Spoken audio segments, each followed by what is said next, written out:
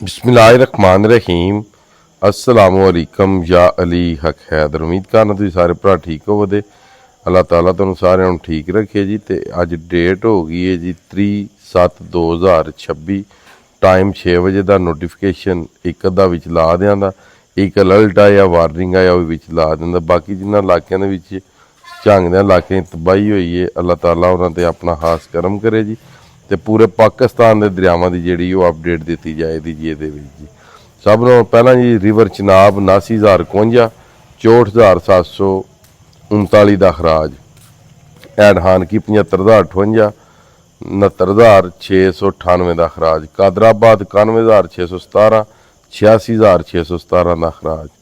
ਅੱਗੇ ਜਨਾਬ ਤ੍ਰਿਮੂ 1,17,477, 1,08,877 ਦਾ ਖਰਾਜ। ਅੱਗੇ ਹੈਡ ਪਾਈਨਾਦ 1,15,071, 1,01,321 ਦਾ ਅਖਰਾਜ। ਦਰਿਆਏ ਰਾਵੀ ਕੋਟ ਨੈਣਾ ਦੇ ਮੁਕਾਮ ਤੇ 7,500, ਜੇਸਰ ਦੇ ਮੁਕਾਮ ਤੇ ਪਾਣੀ 9,591, ਸਿਫੂਨ ਦੇ ਮੁਕਾਮ ਤੇ 25,426, ਸ਼ਦਰਾ ਦੇ ਮੁਕਾਮ ਤੇ 24,755, ਹੈਡ ਬੱਲੋ ਕੀ 50,270 ਤੇ ਡਾਊਨ ਸਟ੍ਰੀਮ 26,970। हैड सदनाई जनाब मेरी 26,950 ਤੇ डाउन स्ट्रीम 12,350 ਦਾ ਅਖਰਾਜ। ठीक है जी। इसे वीडियो ਦੇ ਜਿਹੜਾ ਅਲਰਟ ਆਇਆ ਵੀ ਤੁਹਾਡੇ ਨਾਲ ਸ਼ੇਅਰ ਕੀਤਾ ਜਾਏਗਾ ਜੀ।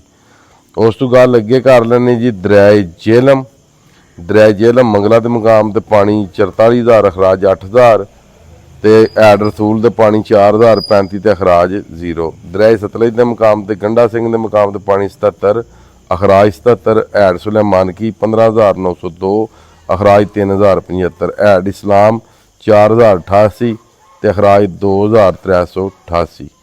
ठीक है जी। ਅੱਗੇ ਗੱਲ ਕਰ ਲੈਂਦੇ ਹਾਂ ਦਰਿਆਏ ਸਿੰਧ ਦੀ ਜੀ। ਜਿੰਨੇ ਵੀ ਉਹਨਾਂ ਤੇ ਬਰਾਜ ਨੇ ਜਾਂ ਡੈਮ ਨੇ ਉਹਨਾਂ ਦੀ ਤੇ ਸਾਰਿਆਂ ਦੇ ਅਖਰਾਜ ਦੀ ਗੱਲ ਕਰਾਂਦੇ ਜੀ। ਤਰਬੇਲਾ ਜਨਾਬ 1,45,100 ਦਾ ਅਖਰਾਜ।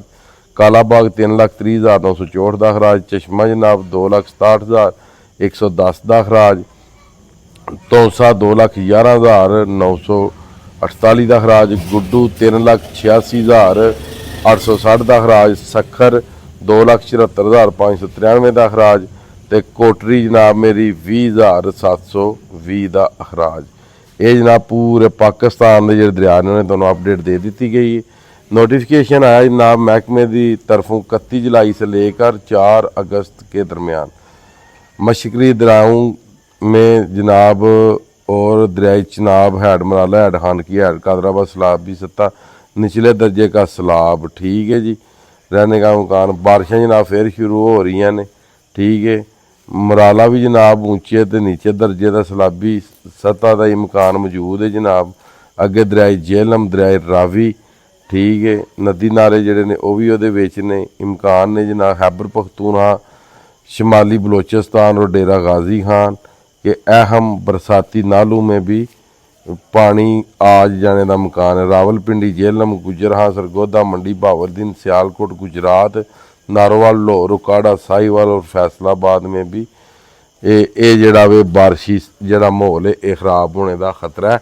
ठीक है। बारिश की वजह से सैलाबी सूरत हाल शहरों में भी बन सकती जिस तरह कि अगे बनी।